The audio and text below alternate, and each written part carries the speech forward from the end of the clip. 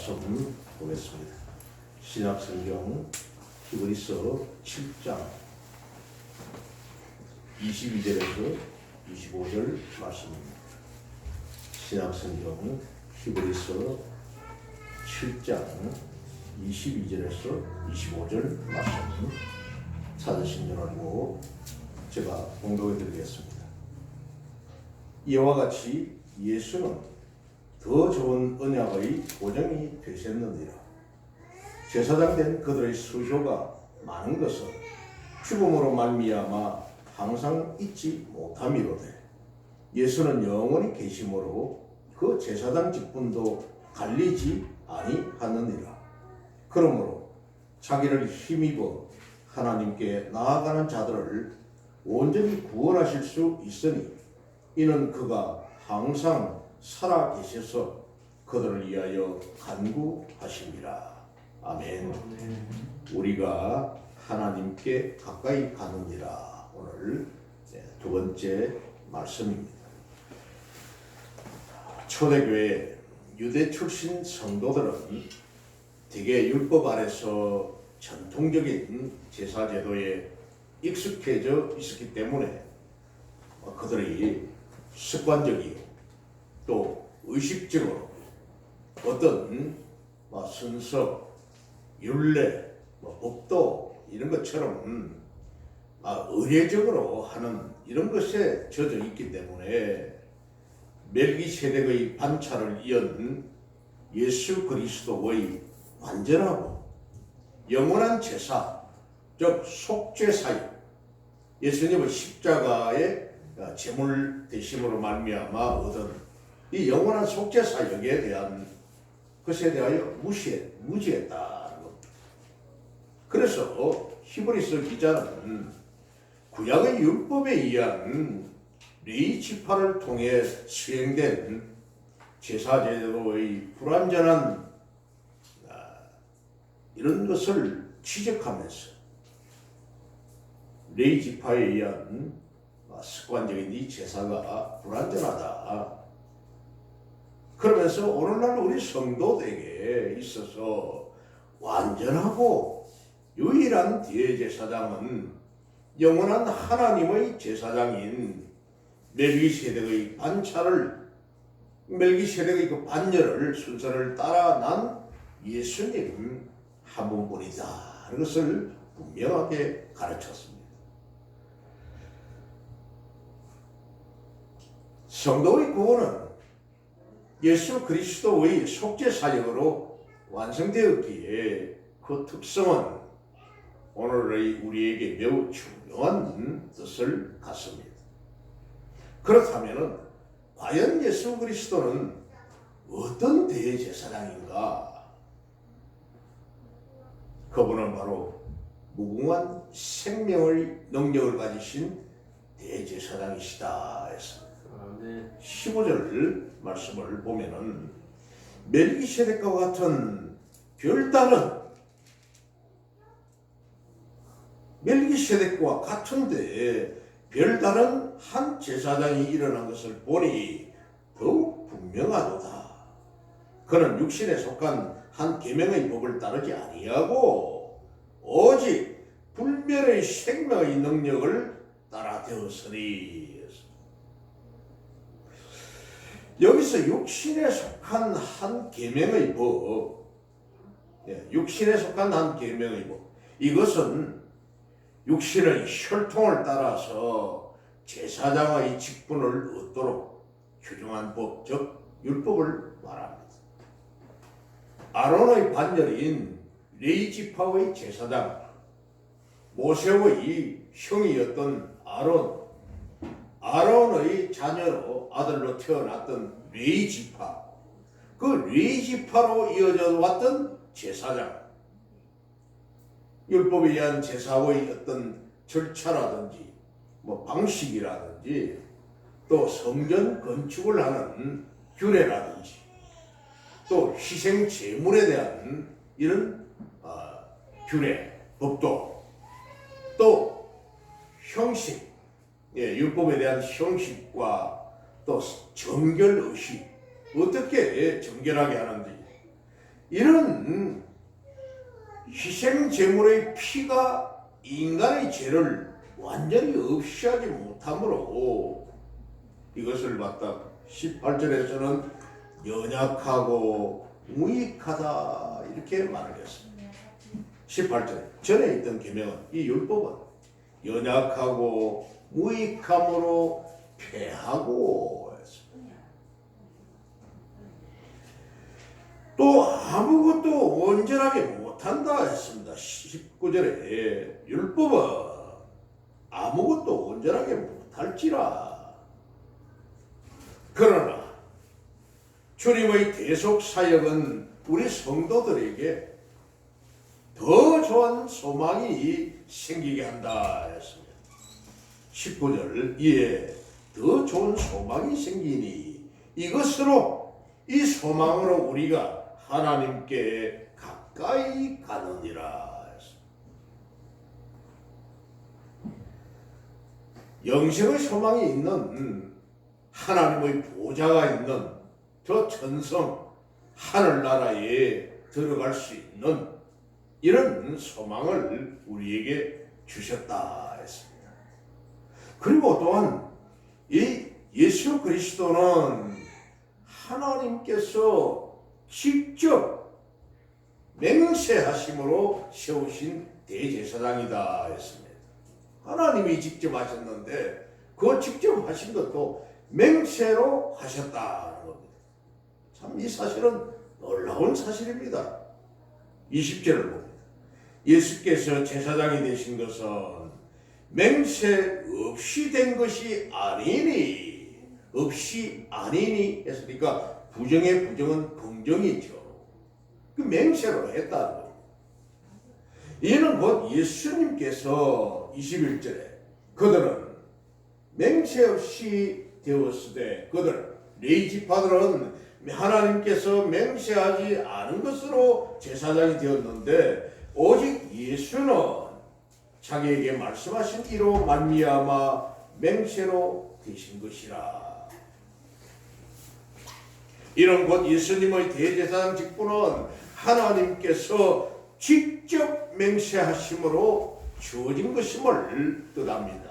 아멘. 하나님께서 직접 하셨다는. 레위지파의 역대로 내려왔던 그 제사장 그 집안에 대한 것은 하나님이 맹세로 하신 것은 아닌데 예수님은 하나님께서 직접 맹세로 하셨다. 그렇다면 하나님의 맹세는 과연 어떤 효력을 가지고 있는가 하는 겁니다. 어떤 효력이 있는가? 성경에는 하나님께서 사랑하는 백성들과 맺으신 많은 맹세의 실제 예들이 나타납니다. 그 중에서도 가장 대표적인 경우를 든다면 이는 하나님께서 아브라함의 씨를 통해 천하 만민이 복을 얻게 하시겠다는 이런 맹세입니다. 아멘. 아브라함의 씨를 통해서 창세기 22장 16절에서 18절 말씀을 보면은 이르시되 여호와께서 이르시기를 내가 하나님께서 나를 가리켜 맹세하노니 나를 가리켰어. 내가 내 맹세를 한다는 거야. 내가 이같이 행하여 내 아들 내 독자도 아끼지 아니하였은저 내가 네게 큰 복을 주고 네 씨가 크게 번성하여 하늘의 별과 같고 바닷가의 모래와 같게 하리니 네 씨가 그 대적의 성문을 차지하리라. 번성할 것이라. 또 내 씨로 말미암아 천하 만민이 복을 받으리니 이는 네가 나의 말을 준행하였음이니라 하셨다 하니라.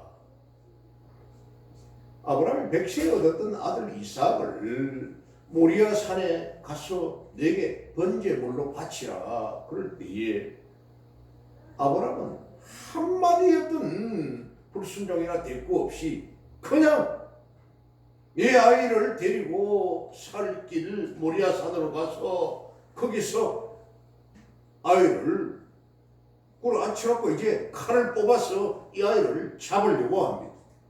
이럴 때 하나님께서 아브라함아 아브라함아 부르시면서 이제 내 독자 아들도 아끼지 아니하고 내 말을 준행했으니 나는 너에게 이런 복을 천하 만민이 네 씨로부터 얻게 하겠다는 맹세를 하셨던 겁니다.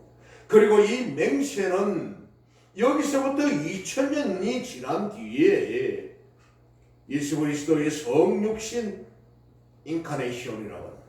성육신 그리고 또 십자가 죽음 부활과 성천 일생일대의 역사적인 사건을 통해서 완전하게 성취되었던 겁니다. 아멘. 아멘. 완전히 성취되었습니다. 그러기에 하나님께서 맹세하신다면 하나님께서 자신을 스스로 담보를 해서 내가 바로 담보물이다. 당신의 언약을 철저하고 완벽하게 이루어내신다는 이런 의미를 가지는 겁니다. 아멘. 아멘. 정양인간 사이의 1대1 계약에서도 일단 한 번 맹세한 것은 깨뜨릴 수 없는 법입니다. 물론 어떤 사람들은 맹세하고 약속한 걸 지나고 나면은 잊어버리고 사사건건이 약속이고 맹세고 안 지키고 하는 그런 사람도 있습니다만은 그런 사람들은 양심에 화형 맞은 사람들이죠.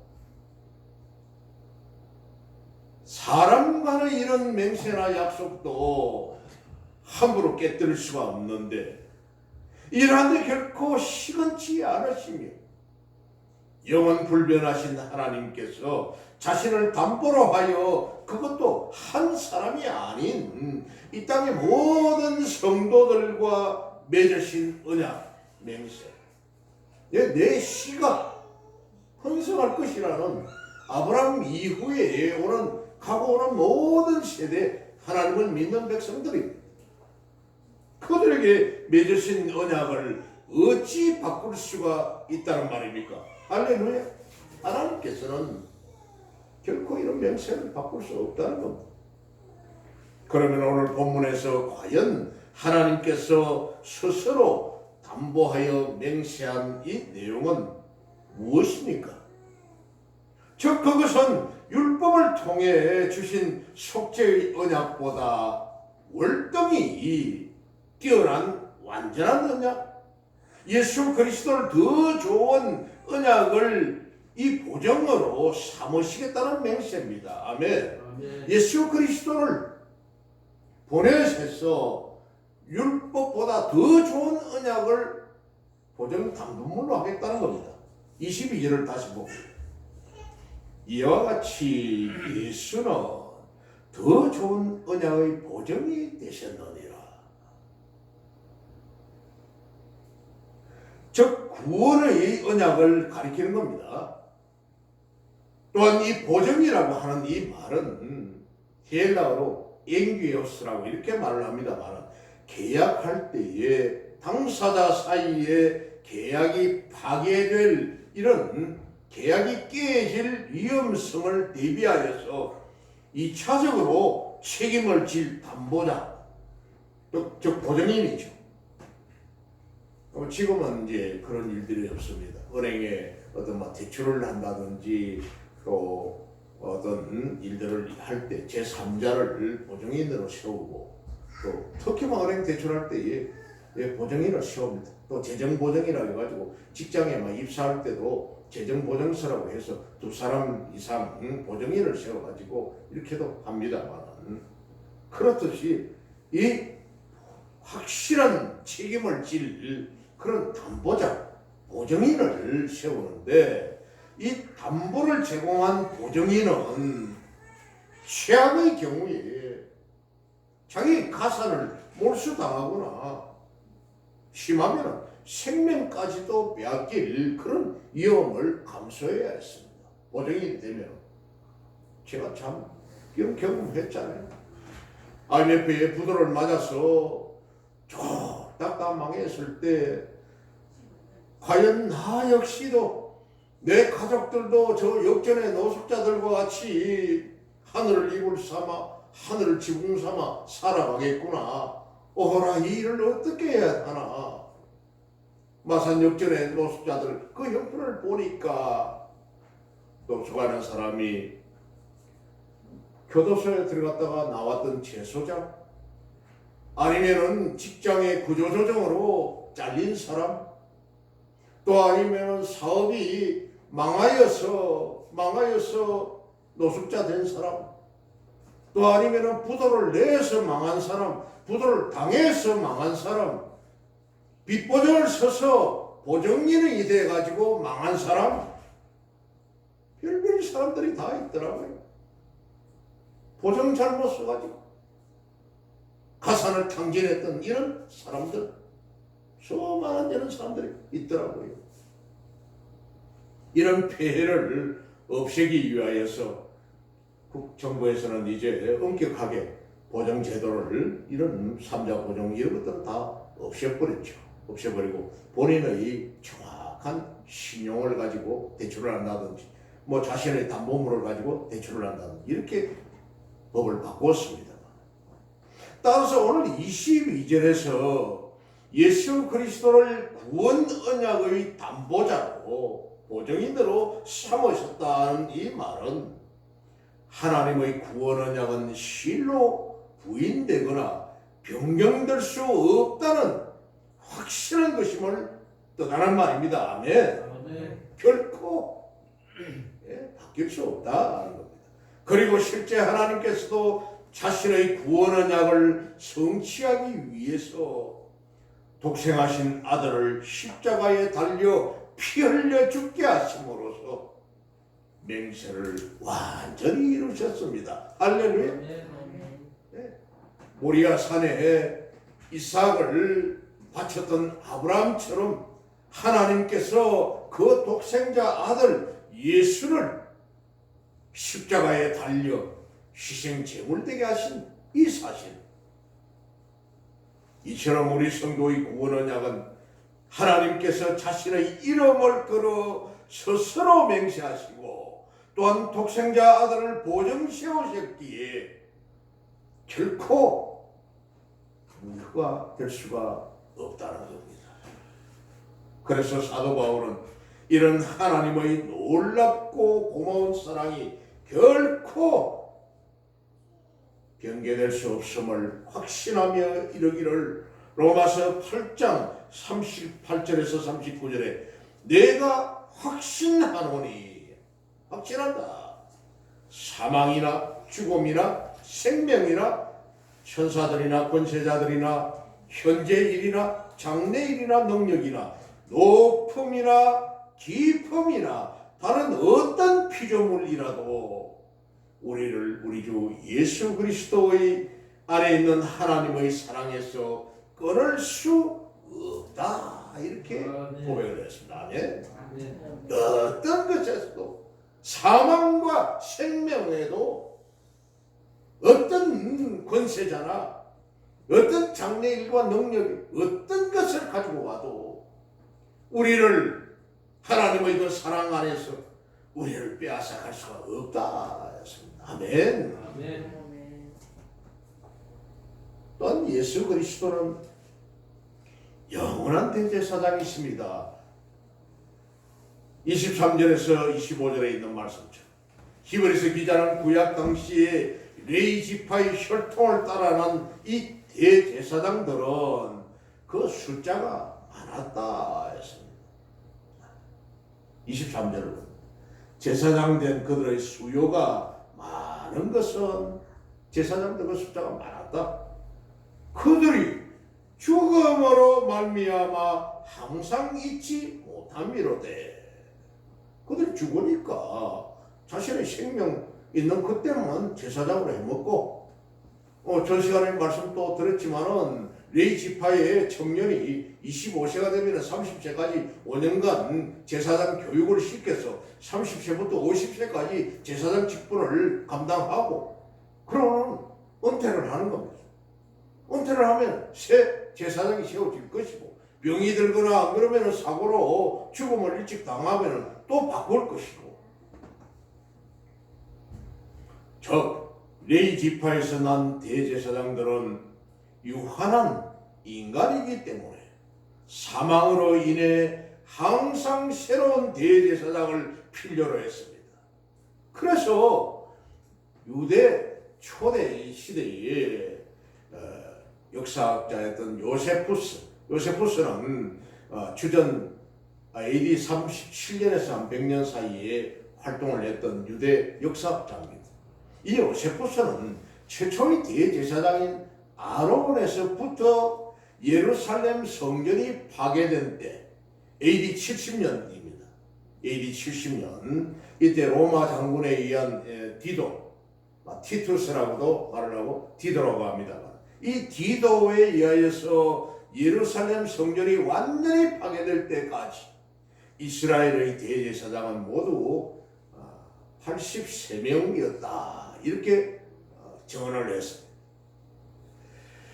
그런 반면에 유대의 이런 전설에 의하면, 내려오는 이런 말에 의하면은 제1성전 기간이라면은 솔로몬이 성전을 완공하여서 성전을 봉헌했던 시기에서부터 이 왕국이 멸망하기까지, 바벨론에 의하여서 이스라엘이 남유다가 멸망하는 그때, 즉 주전 970년에서 586년, 주전 586년 586 이것이 남유다가 이스라엘이 완전히 바벨론에 멸망한 해입니다.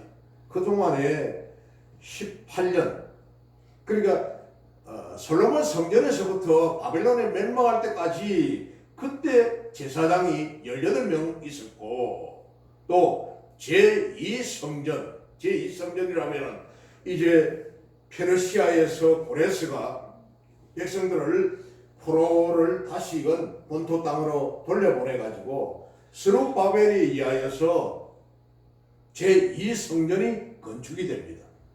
그때 제2성전이 건축된 때부터 시작해가지고 예수님이 탄생하셨던 때 있었던 헤롯 대왕, 이 헤롯 대왕 때까지, 그 예수님이 태어났을 때에 그 동방박사들이 왔는데 헤롯이 그 사실을 알고 유대 왕이 났다 하니까 아이를 2살 이하는 전부 다 죽여버렸던 그 헤롯 대왕입니다. 이 헤롯 대왕이 일으켰던 제3성전 건축을 하기 이전까지, 즉 주전 515년에서 주전 20년까지, 그때까지 한 300명 정도 대제사장이 있었다. 이렇게 전해집니다. 그러니까 총 318명이죠. 솔로몬 성전부터 시작해가지고 헤롯 성전 때까지 318명이 있었다. 그렇다면은 이 요세푸스가 말하는 거하고는 상당히 많이 차이가 납니다. 그럴 수밖에요.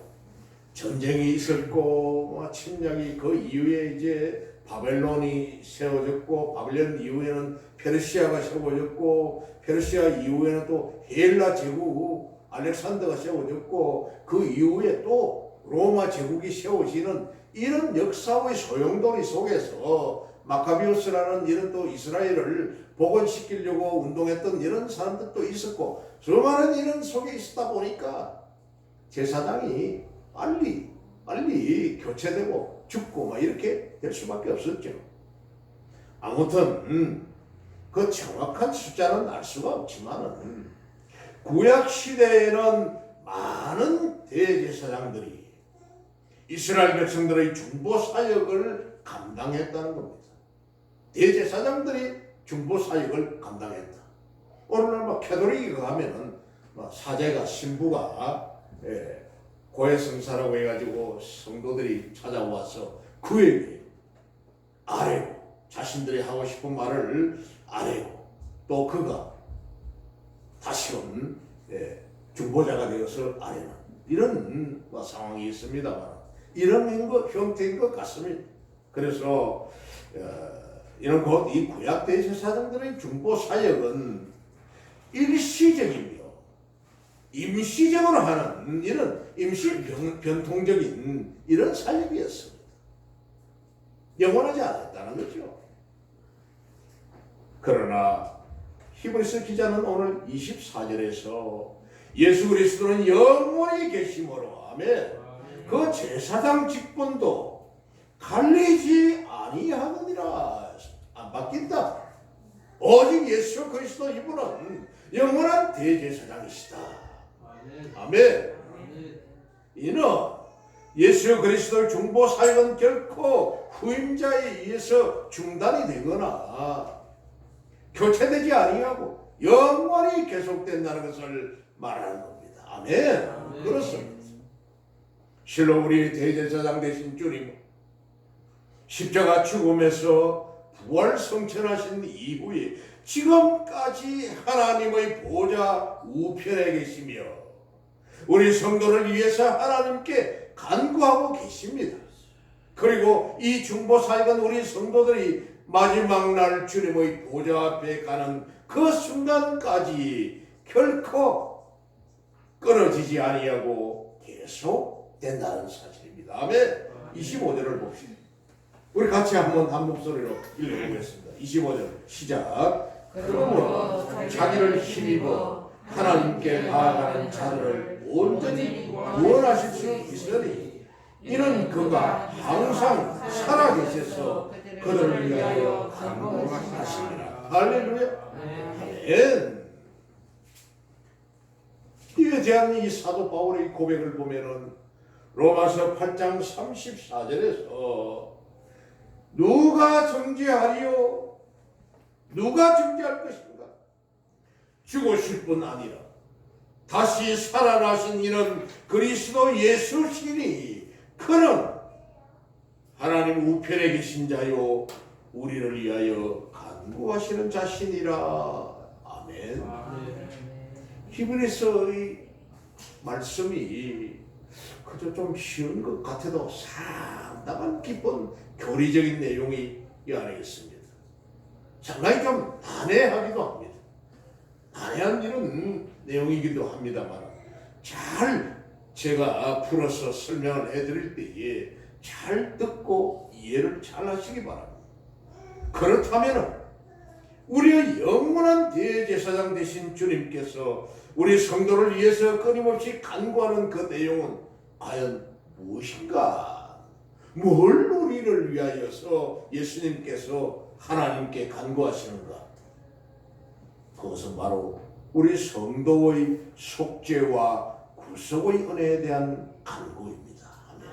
아멘. 영원한 죄 사함, 영원한 죄 사함과 그 구속의 은혜. 진실로 우리 주님은 이 땅에 오셔서 연약한 우리 인간의 모든 나약함을 몸소 몸으로 다 감당하셨다는 겁니다. 이것을 통일성경에서는 체휼하셨다. 몸체자. 몸으로 다 감당하셨다. 그러기에 우리 주님은 죄 많고 허물 많은 우리 연약한 성도들을 깊이 동정할 수가 있습니다. 주님께서 그렇죠. 사람들은 대체로 우리 기독교를 체험신앙이라고 합니다. 체험신앙입니다. 몸으로 체험해보지 않은 사람들은 이해를 할 수가 없습니다. 상대방에 대해서. 특히 어떤 정신적인 이런 문제에 있는 분들, 우울증이라든지 공황장애라든지 또 아이를 낳지 못하여서 고민하던 분이라든지 이런 사람들 특히 저 서정리 사모는 집사람은 저 사역을 너무나 많이 했습니다. 아이를 못 낳아가지고 이제 짐을 싸놓고 내일이면은 헤어지는 이혼하는 이런 사람들이 와서 상담을 하고 기도하고 같이 하나님께 응답을 받고 아이가 태어나고 그 아이들이 벌써 자라서 그런 아이가 자라가지고 현재 간호사로서 근무를 하고 있고 군대에 가가지고 국방 의무를 하고 있고, 아이를 못 낳아가지고 그렇게 애를 먹던 분들이 또 한 가정에 찾아와서 같이 기도하고 상담하고, 교회에 하나님 앞에 너희들이 무슨 교회 와서 무슨 충성하고 헌신하는 그 모습을 너희가 보여라, 하나님 앞에. 그렇게 해서 같이 기도했더니 쌍둥이를 그냥 낳는 거예요. 또 아이 갖고 싶다고 하니까 또 아들도 나고 딸도 나고 하는 거예요. 아이가 4명입니다. 우울증, 했던 말 또 하고 했던 말 또 하고 했던 말 또 하고, 공황장애 무서워 두려워 떨고 있고, 상담하고 같이 기도하고 하물며 같이 생활까지 했습니다. 6개월로 한 사람은 6개월 동안. 그랬더니 그 우울증이 다 떠나가고 아주 밝게 잘 살고 있습니다. 이런 놀라운 기적들이 일어나요. 그러니까 이 기독교는 이런 체험이 없으면, 조영기 목사님이 폐병 환자에서 폐병이 낫고 하니까 안수의 능력이 있게 되고, 암이 떠난 사람들이 암 치료에 대한 안수의 능력이 나타나고, 귀신 쫓는 이런 축사의 하는 능력을 가진 분들은 축사의 능력이 나타나고, 이런 경험을 하신 분들이 그런 사역을 한다는 겁니다. 이처럼 우리의 성도들을 위하여 주님께서 하시는 것은 바로 우리의 속죄와 구속의 은혜에 대한 이런 간구를 지금도 하신다는 거예요. 그 능력 받아서 우리가 지금도 이런 사역을, 영적인 사역을 하는 거예요. 아멘. 아멘. 그렇죠.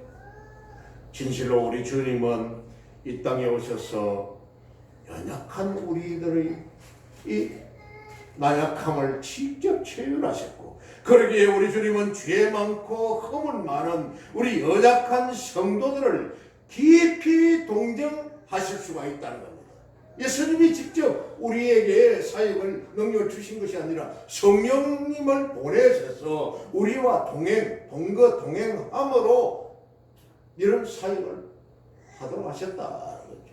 뿐만 아닙니다. 우리 주님은 비록 인간의 이 연약함을 체휼하고 세상에서 시험을 받으시긴 했지만은 죄가 없는, 아멘, 무음하신 분으로서 모든 죄와 사망의 권세를 이기셨기에 능히 우리 죄인된 성도들을 위해서 하나님께 간구하실 자격이 있으신 분입니다. 아멘. 그분은 바로 하나님 자신이니까 그러니 못하실 일이 없다. 그래서 우리 주님의 간구는 큰 혈액과 능력을 지님으로 우리 성도는 지금도 살아서 역사하시며 우리를 위해 밤낮으로 하나님께 간구하시는 주님의 은혜를 힘입어 담대히 하나님께 나아가는 자들이 되어야 한다는 겁니다. 이것이 25절 상반에 있듯이 자기를 힘입어 하나님께 나아가는 자들을 온전히 구원하실 수 있으니, 자기를 힘입어서 예수님의 그 능력에 힘입어서 하나님께 나아가는 자들, 이들을 온전히 구원하실 수 있나니, 진실로 우리 주님의 은혜를 받아 누릴 수 있는 자는 주님의 보혈의 공로에 의지하여서 그 보혈의 공로에 힘입어서 자신의 연약함을 주께 맡기고 담대하게 하나님께 나아가는 자임을 우리는 명심해야 하는 것입니다. 아멘. 이러한 능력과 이러한 은혜가 오늘날 이 시대를 살아가는 우리 모두에게도 동일하게 임하시고, 또 예수 그리스도의 이 중보의 사역을 말미암아 그것에 힘입어 세상을 변화시키고 악한 마귀 사단에 눌리는 자들을 살리는 이 일에 동참하며 쓰임받는 우리 모두가 되시기를 우리 주님의 이름으로 축원합니다. 아멘. 기도하겠습니다. 하나님 우리 아버지, 진심으로 감사합니다. 레이지파를 통하여 나타났던 대제사장들은 일시적이요 단편적인 그런 제사장 역할이었지만 또한 이들이 하였던